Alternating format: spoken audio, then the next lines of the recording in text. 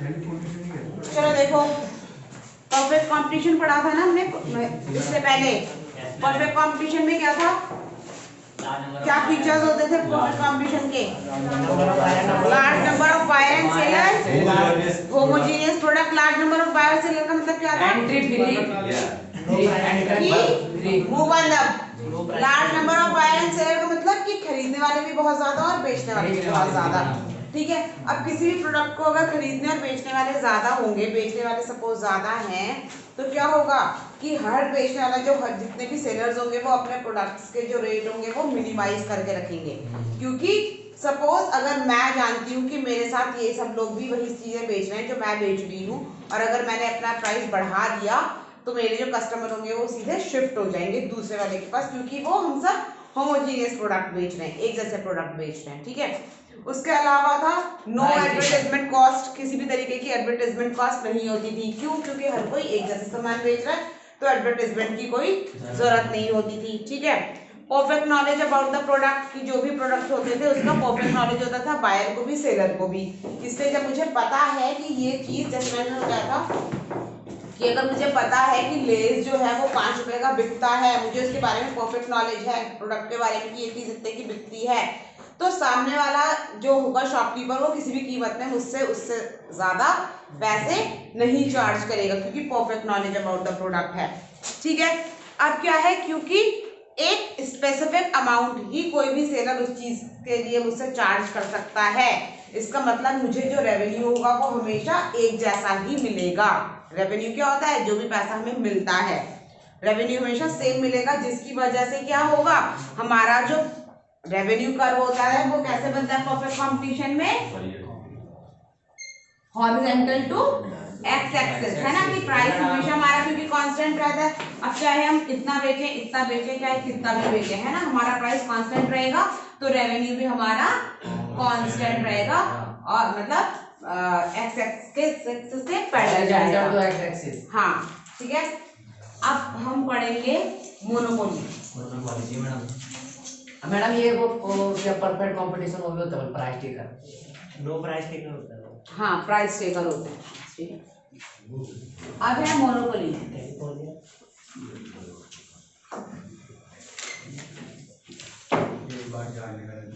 अब देखो, monopoly market कौन से मार्केट होता है? मोनोपोली का मतलब क्या होता है? एक मैडम, तो मोनोपोली मार्केट वो मार्केट होते हैं जिसके अंदर जो बायर होते हैं वो तो बहुत सारे होते हैं, मतलब number of buyer and a single seller. किसी भी प्रोडक्ट को बेचने वाला जो है वो केवल सिंगल है, एक बेचने वाला है और खरीदने वाले बहुत ज्यादा है। तो जब हमने ये स्टेटमेंट दे दिया कि there is a single seller and number of buyer, तो यहीं से ये बात क्लियर हो जाती है कि जिस दिन अगर मुझे ये पता चल जाए कि जो भी प्रोडक्ट मैं मार्केट में बेच रही हूँ उसको बेचने वाली मैं अकेली हूँ, तो फिर मैं क्या करूंगी, अपने अकॉर्डिंग उसके प्राइस को कभी भी घटाऊंगी कभी भी बढ़ाऊंगी, जैसा मेरा मन करेगा मैं वैसे बेचूंगी, है ना। जब मेरे को लगेगा कि मुझे प्रॉफिट मैक्सिमाइजेशन करना है तो मैं क्या करूंगी, प्राइसेस को और ज्यादा बढ़ा दूंगी प्रॉफिट के लिए। मुझे लगेगा कि सेल्स प्रमोशन करना है तो फिर प्राइस को और घटा दूंगी, जो मेरा मन करेगा उस तरीके से डील करूंगी, क्योंकि मुझे कोई डर नहीं है कि मेरे कॉम्पिटिटर और कोई भी है, मुझे पता है कि मैं बेच रही हूँ सामान को, है ना। तो इसका अगर हम पहले डेफिनेशन देखेंगे बेटा, तो डेफिनेशन क्या बोल रहे हैं इसकी, कि it is a form of market which there is a single seller of the product with no close substitute. कौन सा मार्केट है ये? एक ऐसा मार्केट है जहां पर सिंगल सेलर होता है किसी भी चीज का जिसका कि कोई सब्सटीट्यूट नहीं है मार्केट में, उनके प्रोडक्ट का कोई भी सब्सटीट्यूट मार्केट के अंदर नहीं है। ठीक है, अब इसके फीचर्स क्या है? फीचर्स है आपके one seller and large number of buyer. जो सेलर है वो एक है और जो बायर्स हैं वो बहुत ज्यादा हैं। ठीक है, सिंगल सेलर है कमोडिटी का। He may alone or be may a group of partners to join stock company as a stake। अब क्या होता है देखो, कई बार क्या होता है कि सिंगल सेलर्स हैं, ठीक है, जो सिंगल सेलर, कई बार क्या होता है कि एक दो लोग और इकट्ठे बेच रहे हैं, लेकिन वो करते क्या है, एक कार्टेल फॉर्म अप कर लेता है। सपोज देखो क्या होता है, जैसे मान लो ये पूरा मार्केट है, ठीक है, मैं यहाँ पर कोई भी सामान बेच रही हूँ, ठीक है, सपोज मैं स्टैम्प बेच रही हूँ, रेलवे के टिकट्स बेच रही हूँ मैं, ठीक है, रेलवे है मेरा और मैं उसके टिकट्स बेच रही हूँ, ठीक है, तब तक ना एक रेलवे सिस्टम इसका भी आ गया। ठीक है, तो अब हम क्या करें, अब मुझे क्या पता चल जाएगा कि अब मार्केट में ये भी आ गई है मेरे साथ, है ना, मोनोपोली मार्केट। तो अब हम क्या करेंगे, अब मार्केट को रूल करने के लिए मतलब मार्केट को अपने हिसाब से चलाने के लिए हम क्या करेंगे, हम दोनों ना दोस्ती कर लेंगे। ठीक है, और बोलेंगे कि ना हम जब भी रेट बढ़ाएंगे हम दोनों साथ में बढ़ा लेंगे, जब भी घटाएंगे साथ में घटा देंगे, जो भी फैसिलिटी देंगे एक जैसी देंगे, जिससे कि क्या होगा, मार्केट हमारे अंडर चलेगा। तो हम लोगों ने आपस में फ्रेंडशिप करके क्या बना दिया, कार्टेल बना दिया। क्या बना दिया, कार्टेल। तो ये भी क्वेश्चन आता है कि व्हाट इज कार्टेल। तो कार्टेल क्या होता है कि जब ग्रुप बना लेते हैं, 2-3 या जितने भी सेलर्स हैं मिलके एक ग्रुप बना लेते हैं, जिसके अकॉर्डिंग वो अपने प्राइस को घटाते हैं बढ़ाते हैं, दैट इज कार्टेल। ठीक है, तो उसको भी हम मोनोपोली ही बोलेंगे, क्योंकि फाइनली तो एक ही हो रहा है ना बेचने वाला, है ना। तो क्या है, दूसरा है इसमें restriction on entry and exit. पहला क्या था feature, one seller single and large number of buyer.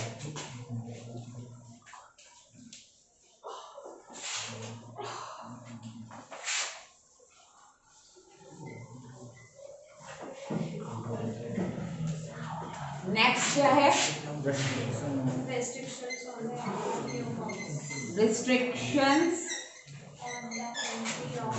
on entry and of new firms.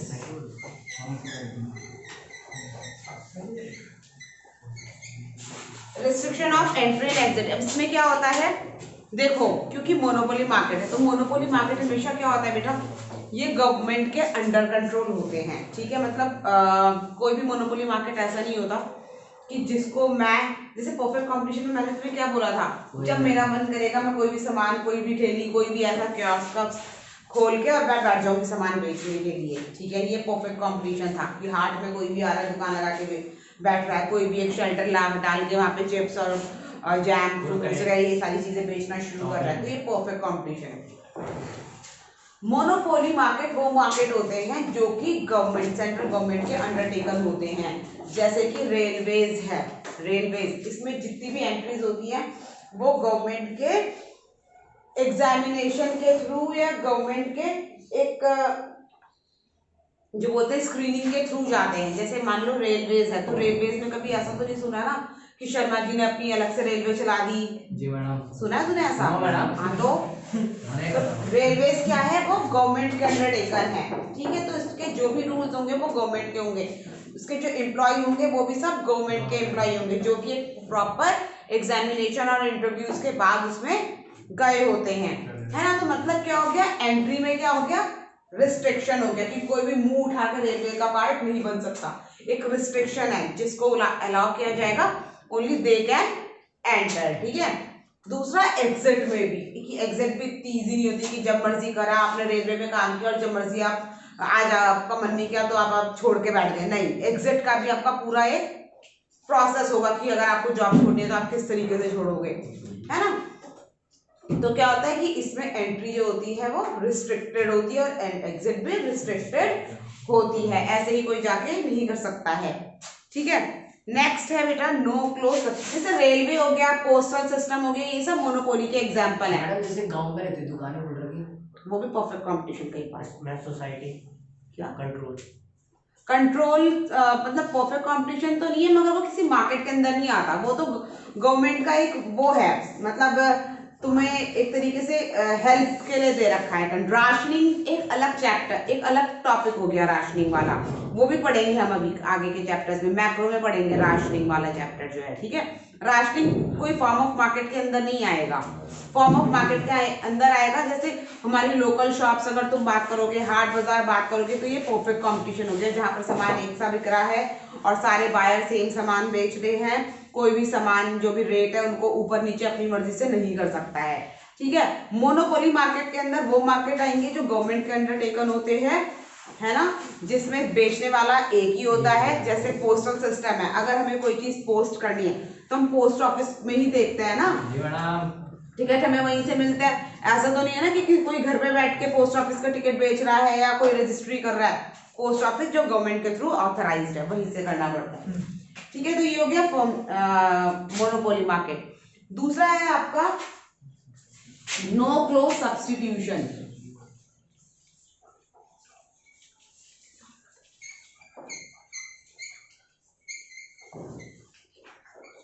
No close substitution का मतलब क्या होता है कि प्रोडक्ट का कोई भी क्लोज सब्स्टिट्यूशन नहीं होता है मोनोपोली मार्केट के अंदर।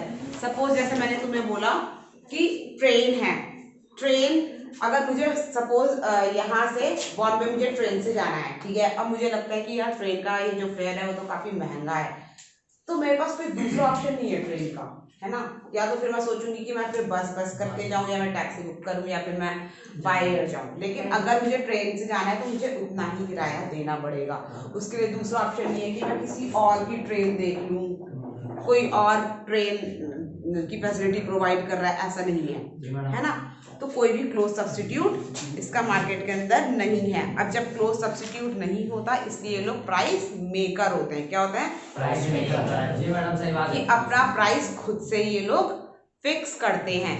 तो ये क्वेश्चन भी आता है कि in which form of market the firms are price maker, तो क्या होगा आंसर? मोनोपोली। हाँ, in which form of market firms are price taker, perfect competition, ठीक है। तो नेक्स्ट इसका फीचर हो गया full control over the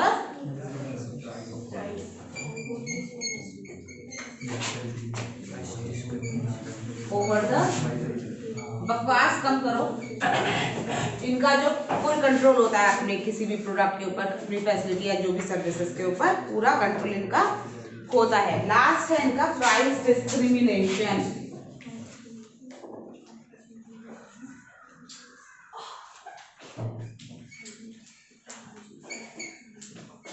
price discrimination का मतलब क्या होता है? प्राइस डिस्क्रिमिनेशन इनका एक और फीचर है। इसका मतलब क्या होता है कि कभी भी ये प्रॉफिट मैक्सिमाइजेशन के लिए अपने प्राइस को डिस्क्रिमिनेट कर सकते हैं। डिस्क्रिमिनेट करने का मतलब कभी भी घटा सकते हैं प्रॉफिट के लिए, या इनको अगर ज्यादा प्रॉफिट चाहिए मतलब अपना सेल्स प्रमोशन करना है तो कभी भी उसको बढ़ा सकते हैं। अ मोनोपोलिस्टिक में भी change the different prices from the different buyer, it called the price discrimination. मतलब इनका जो मन करेगा, जिससे मन करेगा उससे उतना पैसा लेंगे, कोई इनको टोक नहीं सकता है। जैसे रेलवेज में क्या करते हैं, कोटास फिक्स करते हैं ना, कि जो बीपीएल वाले होते हैं, जो गरीब लोगों के लिए उनका थोड़ा कम सा फेयर होता है, जो फ्रीडम फाइटर्स है या कोई मतलब डिफेंस है उनका अलग किराया है, सीनियर सिटीजन्स के लिए अलग किराया है ना। तो वो उनकी मर्जी है, उन्होंने स्लॉट बांटे हुए हैं कि पर्सन टू पर्सन वो चीजों को चेंज कर सकते हैं। कोई वीआईपी है तो उसका वीआईपी कोच का अलग है। लेकिन ऐसा कभी लेस का पैकेट खरीदते हुए तो नहीं होता कि 60 साल से ज्यादा एज का पर्सन अगर लेस खरीदेगा तो उसको 5 रुपए वाला पैकेट 2 रुपए का मिलेगा, कोई बच्चा खरीदेगा तो उसको 10 रुपए का मिलेगा, क्योंकि वहां पर प्राइस डिस्क्रिमिनेशन नहीं चलता है, ठीक है। अब इसका जो रेवेन्यू कर्व या डिमांड कर्व होता है वो सिंपल डिमांड कर्व के थ्रू के जैसा ही होता है कि सपोज प्राइस ज्यादा है तो डिमांड कम, प्राइस कम है तो डिमांड ज्यादा, ठीक है, ठीक है। ये उनका डिमांड कर्व होता है, हाँ, ठीक है।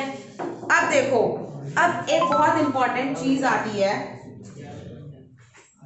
वो आती है कि how monopoly market arises. Monopoly market कैसे अराइज होता है, कैसे बनता है, ठीक है।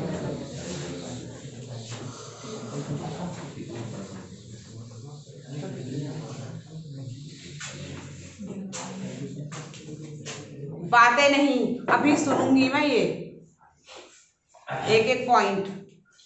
मोनोपोली मार्केट कैसे राइज होता है? मैंने बोला मोनोपोली मार्केट वो मार्केट होता है जहां पर जो फर्म होती है वो एक होती है, सिंगल सेलर होते हैं, लार्ज नंबर ऑफ बायर होते हैं। जो फर्म होती है वो प्राइस मेकर होती है, कोई भी क्लोज सब्स्टिट्यूट नहीं होता है, यही मोनोपोली मार्केट है।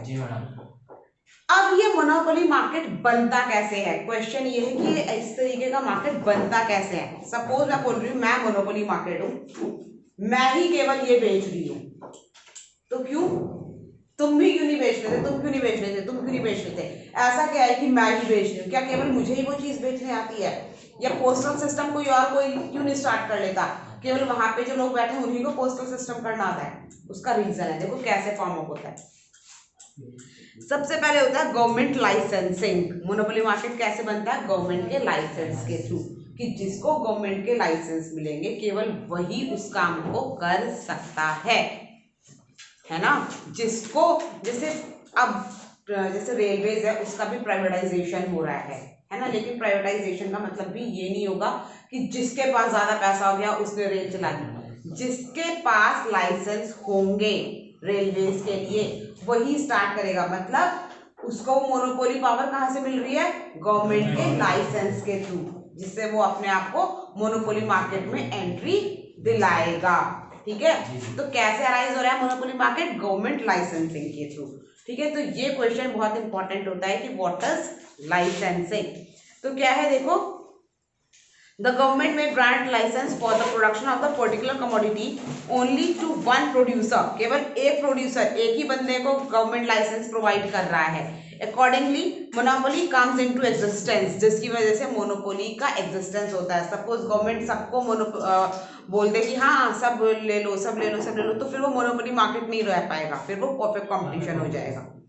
ठीक है, also government may decide to control the production of certain good, even वो उस गुड के प्रोडक्शन को भी डिसाइड करते हैं कि सपोज हमने अगर आपको बोला है कि कोरोना की वैक्सीन बनाइए, आपको लाइसेंस हमने दिया है कि आप कोरोना की वैक्सीन बनाइए, तो हम ही आपको ये भी बताएंगे कि आप कितनी वैक्सीन तैयार करोगे। ठीक है, ये है गवर्नमेंट का लाइसेंस। अब देखो ये आपको एकदम लाइव एग्जांपल मिल गया, एकदम करंट, कि जब भी अब कोरोना की वैक्सीन आ रही है तो कोरोना की वैक्सीन ऐसे नहीं होंगी कि जिसको बैठ के वही बनाएगा और जिसको मर्जी उसको बेचेगा। जो एक स्पेसिफिक पर्सन या एक स्पेसिफिक इंडस्ट्री या एक स्पेसिफिक फार्मर को ये पावर या ये लाइसेंस प्रोवाइड किया जाएगा, केवल वही लोग उसे बनाएंगे, प्लस जितना गवर्नमेंट की तरफ से ऑर्डर होगा, जितनी वैक्सीनेशन का, केवल उतनी ही वैक्सीनेशन बनाई जाएंगी। ठीक है, दूसरा है आपका पेटेंट राइट। ये नाम भी तुमने सुना होगा, पेटेंट राइट क्वेश्चन भी बहुत आता है कि व्हाट इज पेटेंट राइट, नाम सुना होगा तुमने। पेटेंट राइट भी क्या होता है बेटा, ये एक राइट होता है जिसको कि जैसे जब सपोज मैंने कोई चीज बनानी शुरू करी, ठीक है, अब मैं उसका पेटेंट राइट ले लूंगी। तुमने कई बार बुक में पीछे पढ़ा होगा पेटेंट राइट, मतलब सपोज मैं कोई सोप बना रही हूँ सपोज, ठीक है, अब मैंने उसका पेटेंट राइट ले लिया। पेटेंट राइट ले लिया का मतलब क्या है कि अब कोई भी दूसरा बंदा मेरे जैसा सोप, जो भी चीजें मैंने उसमें डाली हैं, जिस भी शेप का मैंने सोप बनाया, जो भी कलर मैंने डाला है, जो भी मैंने फ्रेग्रेंस उसमें डाला है, उसके जैसा ही कोई भी दूसरा इंसान अगर वो चीज बनाएगा तो मैं उस पर केस कर दूंगी। क्यों? क्योंकि मैंने उस चीज को बनाने के लिए पेटेंट राइट लिए हैं, मैंने वो अधिकार लिया है। ठीक है, तो ये पेटेंट राइट की डेफिनेशन भी आती है, it is the amount of monopoly right regarding to the shape, design and the other characteristic of the product. Patent right में भी सिक्योर द न्यू टेक्नोलॉजी, जो भी मैंने उसमें टेक्नोलॉजी यूज किया है उसको सिक्योर करेगा वो, कि कोई दूसरा बंदा उस टेक्नोलॉजी को यूज नहीं करेगा। It prohibited the use of the patent technology and the other accordingly monopoly market structure emerge. Right, next होता है कार्टेल, जो मैंने तुम्हें स्टार्टिंग में बताया कि कार्टेल क्या है, ग्रुप ऑफ people। ठीक है, it refers to the formation of the group of the competing firm in the market. Of course it is possible when the number of firms is small and the group as the whole secure the monopoly control। देखो मुझे पता है कि मैं कोई ना छोटा सामान बेच रही हूँ, अगर मैं कोई बहुत बड़ी चीज बेच रही हूँ तब तो मुझे कार्टेल बनाने की कोई जरूरत नहीं, क्योंकि मैं अपने आप में काफी एक बिग शॉट पर्सन हूँ और मैंने काफी मार्केट अपने अंदर जो है सिक्योर करा है। ठीक है, लेकिन अगर मुझे पता है कि यार मैं छोटा सा सामान बेच रही हूँ और ये भी वही बेच रही है, ये भी वही बेच रही है, इसमें भी वही, हम 4 लोग छोटा, और ये पूरा मार्केट है, हम 4 लोग ना वही छोटी छोटी चीज़ें बेच रहे हैं, तो हम सोच रहे हैं यार कि अगर हम लोग इतना बड़ा मार्केट है, हम 4 लोग सेम चीज़ बेच रहे हैं छोटी छोटी, है ना, तो ना तो इसको ठीक से फायदा हो रहा है, ना इसको ना इसको ना इसको, क्योंकि हम चारों आपस में डर रहे हैं कि भाई अगर मैंने कुछ ज़्यादा प्राइस किया तो ये इसके पास जाएंगे, सब आपस में डर रहे हैं। तो हम क्या करेंगे कि हम चारों छोटे छोटे लोग मिलके एक मोनोपोली मार्केट बना लेंगे, बड़ा, चारों लोग मिलके एक बड़ा मार्केट बना लेंगे। अब फ्रेंड्स की तरह उसमें काम करेंगे कि जब भी प्राइस होगा एक साथ बढ़ाएंगे, एक साथ घटाएंगे, एक साथ सामान बेचेंगे। ठीक है, तो वो क्या बना लिया हमने, कार्टेल बना लिया। ठीक है, ग्रुप ऑफ सेलर्स का, बहुत इंपॉर्टेंट क्वेश्चन है। और है नेचुरल अकरेंस, मोनोपोली में emerge in the gift of nature. Natural occurrence का मतलब क्या होता है कि सपोज कोई एक चीज है, सपोज मेरा घर है, सुन रहे हो, मेरा घर है, ठीक है, बहुत बड़ा घर है, मैंने घर बनाया हुआ है और मुझे पता नहीं है कि ना एक दिन मैं ऐसे ही अपने गार्डन में कुछ ऐसी गार्डनिंग में कुछ कर रही हूँ और अचानक से ऐसा होता है कि ज़मीन के नीचे से पानी निकलने लग जाता है। फिर मैंने उस ज़मीन के नीचे से जो पानी निकल रहा है मैंने उसको अच्छा से पॉन्ड का दे दिया है, फेस दे दिया है और अच्छा से वहाँ पे पार्क सा बना दिया है। तो क्या हो गया, मेरे घर का था ना, तो अब मैं ही उसे यूज़ करूँगी। अब अगर कल के दिन मैं वहाँ पे एक अच्छा सा पार्क बना के लोगों को पार्क में लाने के टिकट ले रही हूँ तो वो मेरा है ना, तो उस पर मेरा मोनोपोली कंट्रोल हो जाएगा क्योंकि वो गिफ्ट ऑफ नेचर हो गया। ठीक है, हाँ ठीक है जी मैडम। अब नेक्स्ट होता है बेटा आपका मोनोपोलिस्टिक कंपटीशन। अब पता नहीं है मोनोपोलिस्टिक कंपटीशन है कि नहीं है, लेकिन पढ़ लो, पढ़ने में कुछ नहीं जाएगा। वैसे ज्यादातर परफेक्ट कंपटीशन में मोनोपोली आता है, ठीक है।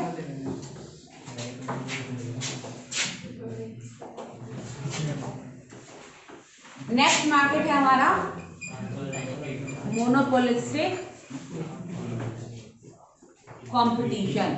देखो अब monopolistic almost same as monopoly है, थोड़ा सा डिफरेंस रहेगा। वो डिफरेंस क्या रहेगा, देखो मोनोपोलिस्टिक क्या होता है, it is a form of market in which there is a many seller of the product but the product of each seller is different from each other।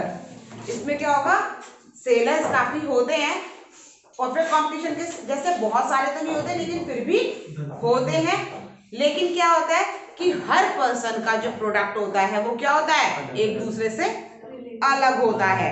ठीक है, मतलब जो सेलर्स होते हैं वो डिफरेंशिएट करते हैं on the basis of product, अपने प्रोडक्ट के बेसिस पर एक दूसरे से वो अलग होते हैं। But the product of the seller are different from each other, thus there is a many seller are selling differentiate product. जैसे कि मार्केट में जब हम जाते हैं कभी भी, कोई जैसे टूथपेस्ट का इन्होंने एग्जांपल दिया है, या फिर हम किसी भी चीज़ का एग्जांपल ले सकते हैं, जूसेस का ले सकते हैं, किसी का भी ले सकते हैं। तो हम क्या करते हैं, हम मार्केट में पेप्सोडेंट लेने जा रहे हैं और वो हमें बोलता है कि आप पेप्सोडेंट नहीं है, आप बबूल ले लो। तो हमने क्योंकि पेप्सोडेंट यूज़ किया और हमें लगता है कि वही ज़्यादा अच्छा है, तो हम बोलते हैं ना कि नहीं पेप्सोडेंट ही चाहिए, हम दूसरी शॉप में पता कर लेते हैं, है ना, ऐसे ही करते हैं। तो क्या होता है कि है तो एक दूसरे से क्लोज सब्स्टिट्यूट ही है, दोनों टूथपेस्ट है, लेकिन फिर भी अपने ब्रांड के नाम पर एक दूसरे से डिफरेंशिएट कर रहे हैं एक दूसरे को। ठीक है,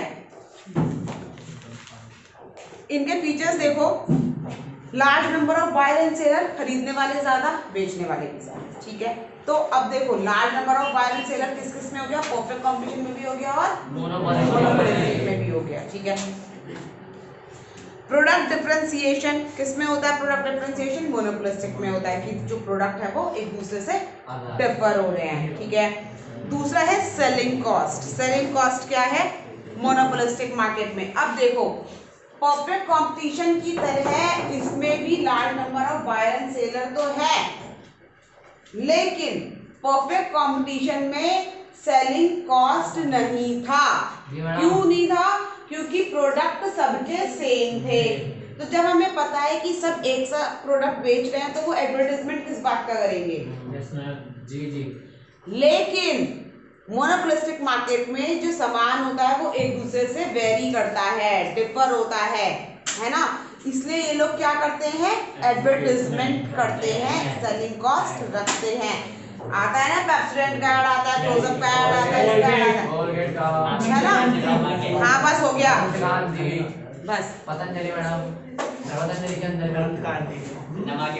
next downward sloping demand curve. Demand curve जो होता है वो डाउनवर्ड होता है। अब इसका आंसर तुम मुझे बताओगे कि डिमांड कर्व इनका डाउनवर्ड क्यों होता है, जल्दी से जल्दी, बहुत इजी है, बता सचिन।